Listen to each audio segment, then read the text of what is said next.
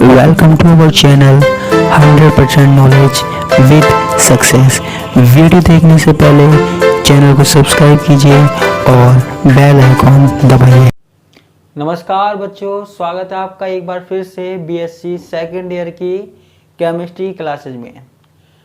हम बात कर रहे थे लैंथेनाइड्स की, केमिस्ट्री ऑफ लैंथेनाइड। आज हमारे पास लास्ट क्लास है लैंथेनाइड की।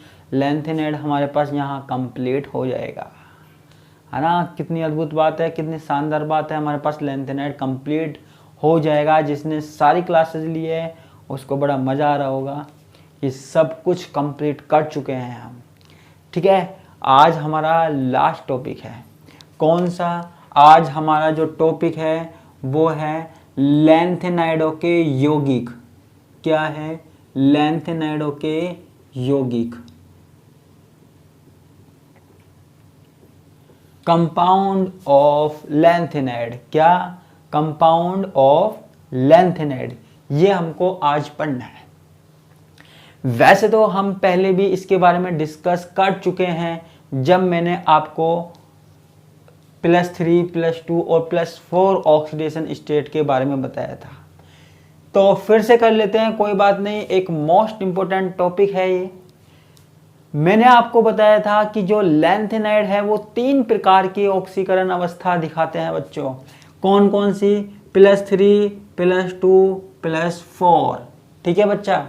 अब देखो यहाँ पे सबसे ज्यादा जो संकुल बनते हैं, मैंने आपको बताया था जो सबसे ज्यादा संकुल बनते हैं वो किस अवस्था में बनते हैं? +3 अवस्था में बनते हैं। किस में बनते हैं बच्चा पार्टी? +3 अवस्था में, ठीक है। तो सबसे पहले हम बात करेंगे +3 ऑक्सीडेशन स्टेट वाले यौगिकों की। +3 ऑक्सीडेशन स्टेट वाले यौगिकों की, ठीक है। लैंथेनाइड कौन कौन से यौगिक बना सकते हैं, कौन कौन से यौगिक बना सकते हैं उसकी हमें बात करनी है, ठीक है। एक बात तो क्लियर है कि लैंथेनाइड सिर्फ इन 3 ऑक्सीकरण अवस्थाओं में ही यौगिक बना सकते हैं और किसी में नहीं।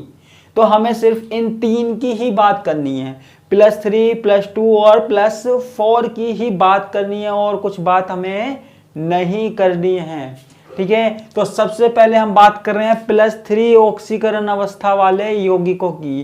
किसकी बच्चा? +3 ऑक्सीकरण अवस्था वाले यौगिकों की, ठीक है। सबसे ज्यादा स्थायी जो संकुल बनते हैं वो कहां बनते हैं? +3 अवस्था में, है ना। सर्वाधिक स्थायी संकुल कहां बनते हैं? +3 अवस्था में बनते हैं, ठीक है। अब ये कौन कौन से यौगिक बना सकता है, हमें उसकी बात करनी है, ठीक है बच्चा पार्टी, हमें उसकी बात करनी है। तो इसमें मैं आपको बताता हूं हैलाइड, ठीक है। लैंथेनाइड +3 ऑक्सीडेशन स्टेट में हैलाइड बना सकते हैं। क्या बना सकते हैं? हैलाइड बना सकते हैं, ठीक है। इसके अलावा और क्या?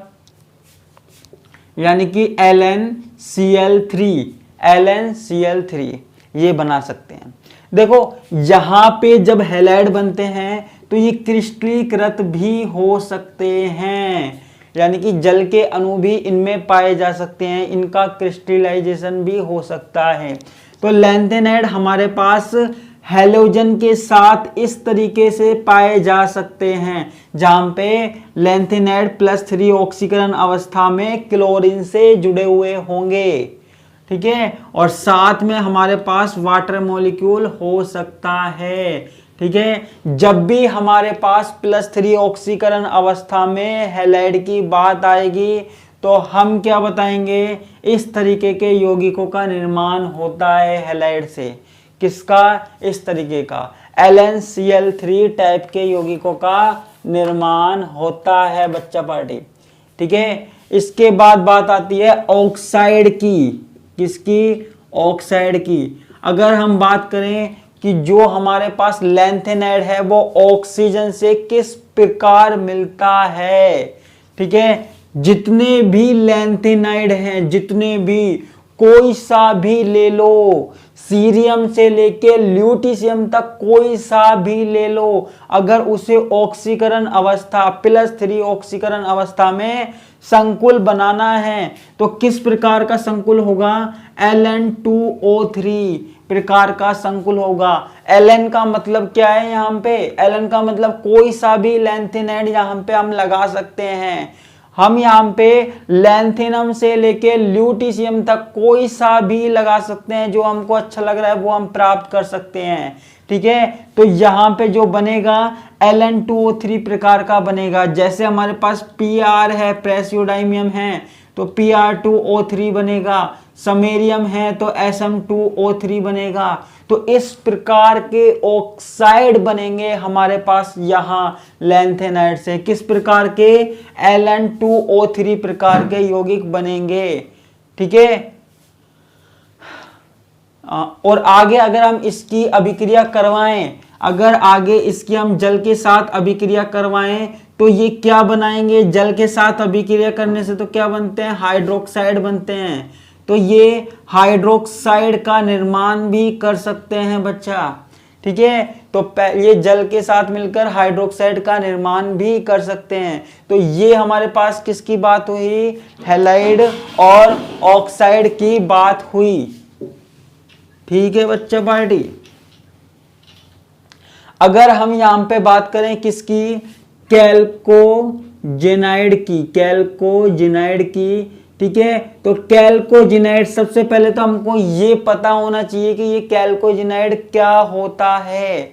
देखो पी ब्लॉक में जो वर्ग 16 है, पी ब्लॉक में जो वर्ग 16 है वो हमारे पास क्या होता है? कैल्कोजेनाइड होता है, कैल्कोजेनाइड होता है। ठीक है, वर्ग 16 तो याद होगा, जिसमें ऑक्सीजन आता है हमारे पास। बच्चा क्या आता है? ऑक्सीजन आता है, ऑक्सीजन आता है, उसके बाद सल्फर, सेलेनियम, है ना, टेलुरियम, ये आते हैं हमारे पास। ऑक्सीजन तो हम पढ़ चुके हैं, अभी अभी ऑक्साइड पढ़ा था, तो बाकी के कंपाउंड हम पढ़ लेते हैं। ठीक है, जिनमें ये आता है, ठीक है, जिनमें ऑक्सीजन आता है वो हमारे पास कैल्कोजेनाइड कहलाता है, जिसमें हमारे पास ये तत्व हैं। ठीक है, यहाँ पे भी हमारे पास जो लैंथेनाइड है वो सल्फर के साथ क्रिया करके इस तरीके से यौगिक बना सकते हैं, सेलेनियम के साथ यौगिक करके भी इस तरीके से यौगिक बना सकते हैं बच्चा, और इसके टी के साथ भी इस तरीके से बना सकते हैं। ठीक है, मैं आपको बार बार बता रहा हूं, लैंथेनम की जगह कुछ भी हम लगा सकते हैं जो हमको अच्छा लग रहा है, लेकिन शर्त सिर्फ इतनी सी है कि वो +3 ऑक्सीकरण अवस्था में होना चाहिए बच्चा। ठीक है, +3 ऑक्सीकरण अवस्था में होना चाहिए, तभी हम ये बना रहे हैं। तो ये हमारे पास किसकी बात हो गई? कैल्कोजेनाइड की बात हो गई। ठीक है, ये हमारे पास क्या हो गया? सल्फाइड हो गया, ये हमारे पास क्या हो गया? टेलुराइड हो गया। ठीक है, और ये हमारे पास क्या हो गया? सेलिनाइड। इनको हम बोलते हैं सल्फाइड बोलते हैं, सेलिनाइड और टेलुराइड हो गए यौगिक हमारे पास। ठीक है, तो ये हमारे पास किसकी बात हो गई? कैल्कोजेनाइड की बात हो गई। ठीक है, अच्छा एक आता है निक्टाइड। क्या आता है बच्चा? निक्टाइड। सबसे पहली बात, निक्टाइड होता क्या है? निक्टाइड आपने नाइट्रोजन का नाम सुना होगा। ठीक है, नाइट्रोजन का नाम सुना होगा। ठीक है, तो नाइट्रोजन वाला जो पूरा वर्ग है, नाइट्रोजन वाला पूरा वर्ग है, वो हमारे पास क्या कहलाता है? निक्टाइड कहलाता है। क्या कहलाता है? निक्टाइड कहलाता है। ठीक है, ठीक है बच्चा, निक्टाइड कहलाता है। अब देखो निक्टाइड यानी कि इन तत्वों के साथ मिलकर लैंथेनाइड इस प्रकार के यौगिक बनाते हैं, LnX प्रकार के यौगिक बनाते हैं। ठीक है, कई जगह LnZ भी लिखा हुआ होगा। यहाँ पे जो X है वो कुछ भी हो सकता है, नाइट्रोजन, फास्फोरस, आर्सेनिक। ठीक है, निक्टाइड वर्ग का कोई सा भी एलिमेंट हो सकता है यहाँ पे। ठीक है, कोई सा भी एलिमेंट हो सकता है। ठीक है, तो यहाँ पे जैसे लैंथेनाइड है, मान लीजिए लैंथेनाइड कोई सा भी है, मैंने Pr ले लिया, तो X की जगह हमारे पास N हो सकता है, पी हो सकता है, आर्सेनिक हो सकता है, कोई सा भी हो सकता है, ठीक है। तो जो हमारे पास यौगिक बनेंगे उनको हम क्या बोल रहे हैं, निक्टाइड बोल रहे हैं, ठीक है। निक्टाइड किस किस से बन रहे हैं, लैंथेनाइड से बन रहे हैं, और हमारे पास जो नाइट्रोजन वाला वर्ग है उससे हमारे पास क्या बन रहे हैं, निक्टाइड बन रहे हैं, ठीक है। ये भी एक महत्वपूर्ण यौगिक है, ठीक है। इसके अलावा हमारे पास +3 ऑक्सीकरण अवस्था में क्या बनते हैं, कार्बाइड बनते हैं। कार्बाइड यानी कि ये तो आपको पता ही होगा कि यदि लैंथेनम कार्बन के साथ क्रिया करे, कार्बन के जो यौगिक हैं वो क्या कहलाते हैं, कार्बाइड कहलाते हैं। क्या कहलाते हैं बच्चा, कार्बाइड कहलाते हैं। साथ में हमारे पास इससे नाइट्रेट भी बनते हैं, ठीक है, नाइट्रेट भी बनते हैं। यानी कि हमारे पास लैंथेनाइड कार्बन के साथ भी हमारे पास यौगिक बना सकता है और नाइट्रेट के साथ भी यौगिक बना सकता है, ठीक है। कितनी अच्छी बात हुई ना। तो सबसे ज्यादा यौगिक किसमें हमने पढ़े हैं, अभी +3 में पढ़े हैं, ठीक है। अब आप कहोगे सर +2 और +4, तो भैया वो भी पढ़ा रहे हैं, थोड़ा सा वेट कीजिए। तो अब हम बात करते हैं किसकी, +4 ऑक्सीडेशन स्टेट वाले यौगिकों की। किसकी, +3 ऑक्सीडेशन स्टेट वाले यौगिकों की। देखो +3 ऑक्सीकरण अवस्था की जब भी लैंथेनाइडों में बात आएगी तो सिर्फ एक ही नाम चर्चित है, एक ही नाम आएगा, उसके अलावा कोई और नाम नहीं आएगा। हालांकि और भी यौगिक पाए जाते हैं, लेकिन जो नाम आता है वो आता है सीरियम +4 की बात आती है तो आता है सीरियम +4।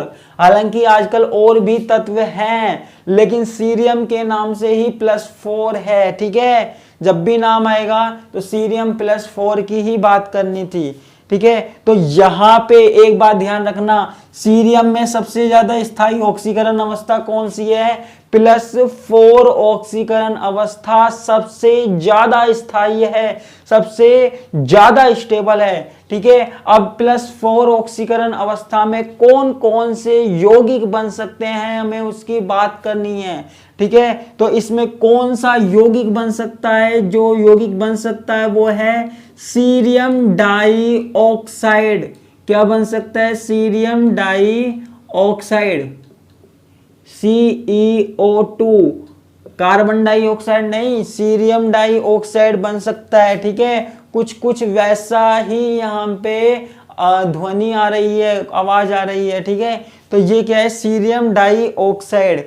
अब ये कैसे बनता है, इसको बनाने का सिंपल सा मेथड है, सीरियम लो O2 लो, ठीक है। हम क्या कर रहे हैं, इसको बना रहे हैं, इसका विरचन कर रहे हैं, ठीक है। तो इसका विरचन करने के लिए सीधी सी विधि है, सीरियम लो, ऑक्सीजन लो, भैया मिला दो, ठीक है। थोड़ा सा गर्म भी कर दो जरूरत पड़े, तो यहां पे क्या बन जाएगा, सीरियम डाइऑक्साइड बनेगा, ठीक है। सीधा ही मिला दो।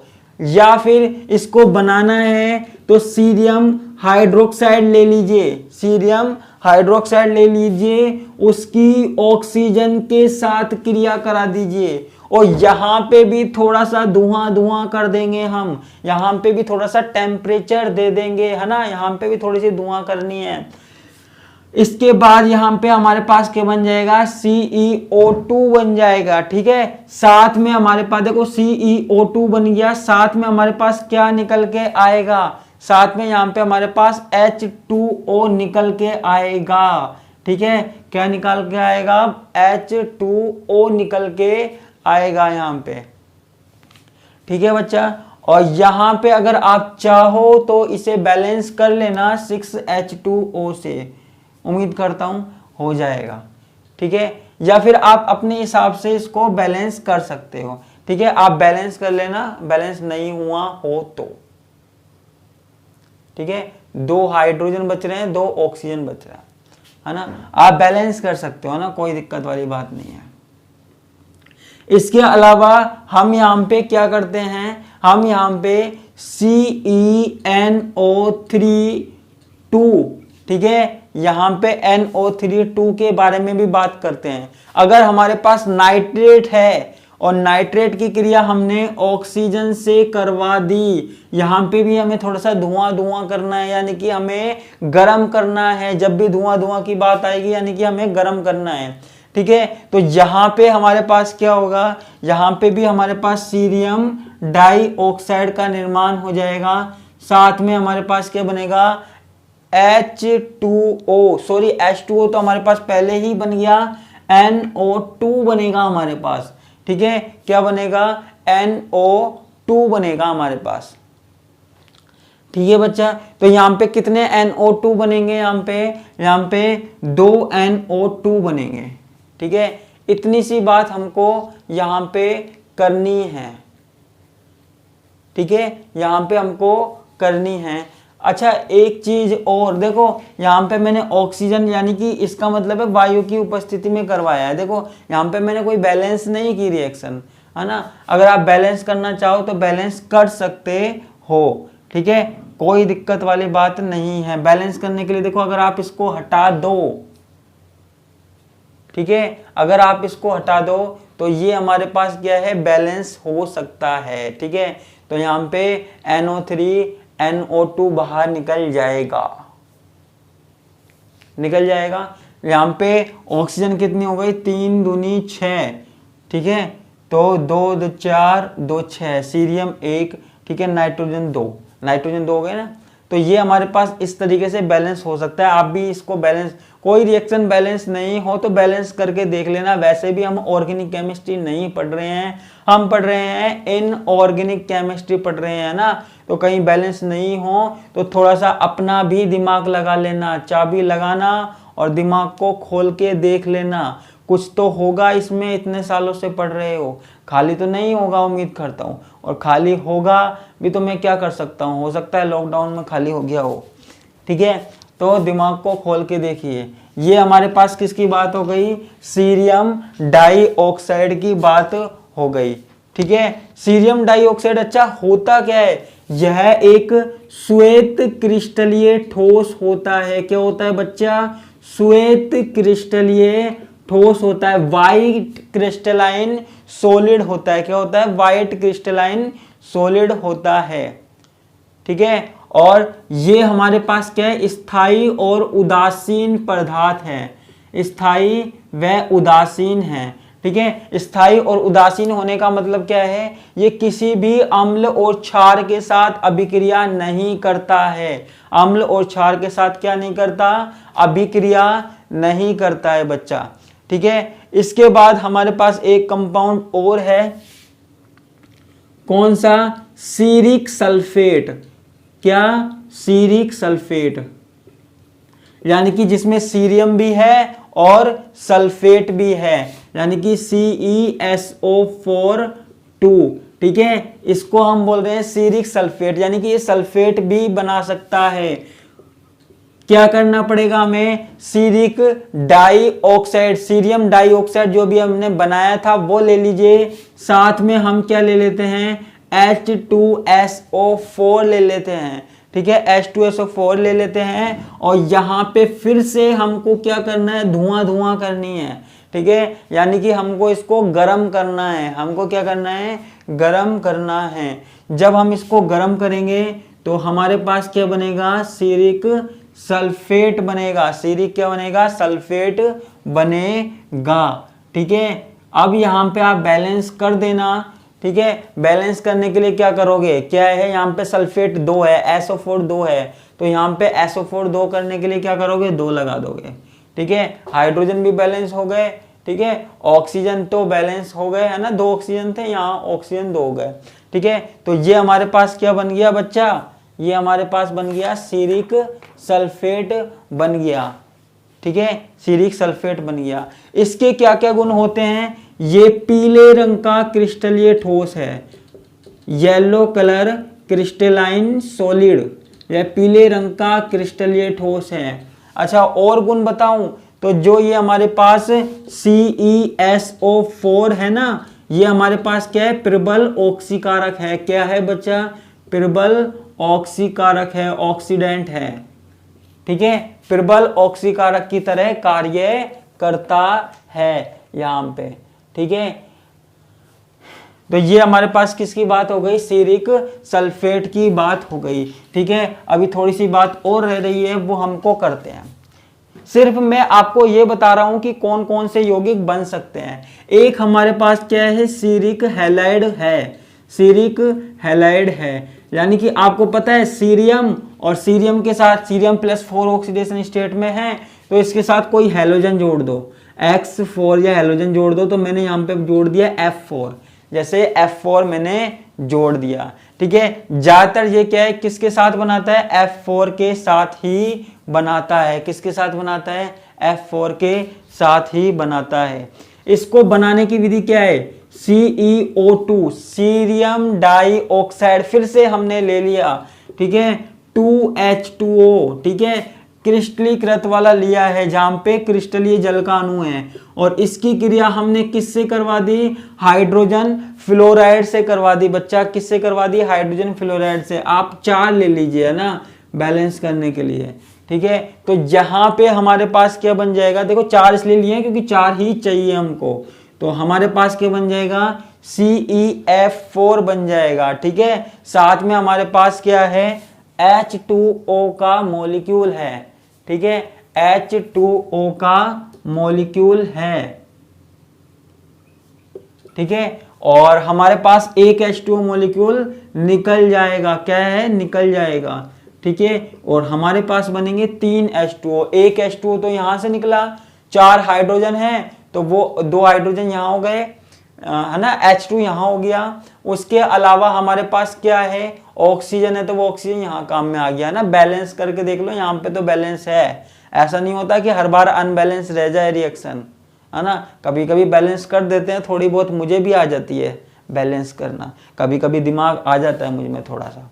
ठीक है, तो ये हमारे पास किसकी बात हो गई, सीरिक हैलाइड की बात हो गई। ठीक है,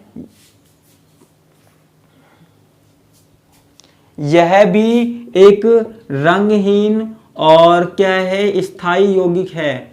ठीक है, रंगहीन और स्थायी यौगिक है। सिंपल सी बात कर रहा हूं, जो गर्म करने पर विघटित हो जाता है, जो निर्वात में गर्म करने पर क्या होता है, विघटित हो जाता है, निर्वात में इसका विघटन हो जाता है, यानी कि डीकंपोजिशन हो जाता है। ठीक है बच्चा, डीकंपोजिशन हो जाता है, इसको मैं मिटा देता हूं। ठीक है, ये हमारे पास किसकी बात हो गई, +3 और +4 वालों की। अब हम बात करते हैं +2 ऑक्सीडेशन स्टेट वाले कंपाउंड की।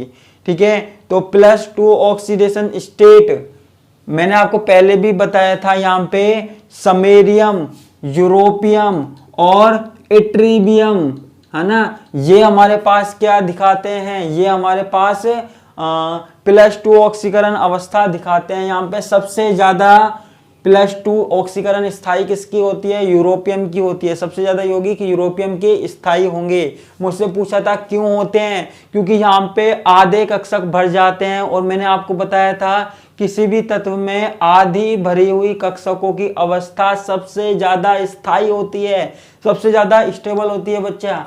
तो यहाँ पे यूरोपियम सबसे ज्यादा स्थायी होता है। इनके हैलाइड बनते हैं, कौन कौन से यौगिक बनते हैं, हैलाइड बनते हैं, कैल्कोजिनाइड बनते हैं। ठीक है, कैल्कोजिनाइड बनते हैं। हैलाइड में सीधी सी बात है +2 ऑक्सीकरण अवस्था में पाया जाएगा, तो यहाँ पे LnCl2 प्रकार के यौगिक बनाएगा, यानी कि SmCl2, EuCl2। +2 ऑक्सीकरण अवस्था में तो ऐसे ही बनेंगे भैया, Cl2 वाले। +4 होती तो 4 वाले बनते हैं, +3 होती तो +3 वाले बनते हैं, है ना। कैल्कोजिनाइड, कैल्कोजिनाइड में क्या होता है, ये LnS बना सकता है ना, वहां की तरह नहीं है, यहाँ पे LnS बना सकता है, LnSe बना सकता है, LnTe।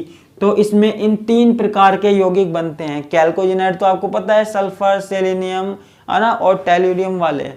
ठीक है, तो यहाँ पे साथ में ऑक्सीजन के साथ भी ये बना सकता है। ठीक है, तो ये हमारे पास किसकी बात हो गई, लैंथेनाइडों के कंपाउंड की बात हो गई, उनके यौगिकों की बात हो गई। उम्मीद करता हूं आपको समझ में आ गया। तो ये हमारे पास क्या था, इस यूनिट का लास्ट टॉपिक था। कल हम एक नई यूनिट स्टार्ट करेंगे, है ना। मंडे से एक नई यूनिट स्टार्ट होगी, तो टेंशन लेने वाली कोई बात नहीं है बच्चा पार्टी, है ना। नई यूनिट बड़े शानदार तरीके से स्टार्ट करने वाले होंगे, ये तो आपको पता ही लग गया होगा मुझे देख के। ठीक है, तो बने रहिएगा चैनल के साथ। इसी के साथ मैं आपसे विदा लेता हूँ। धन्यवाद, नमस्कार, बाय बाय।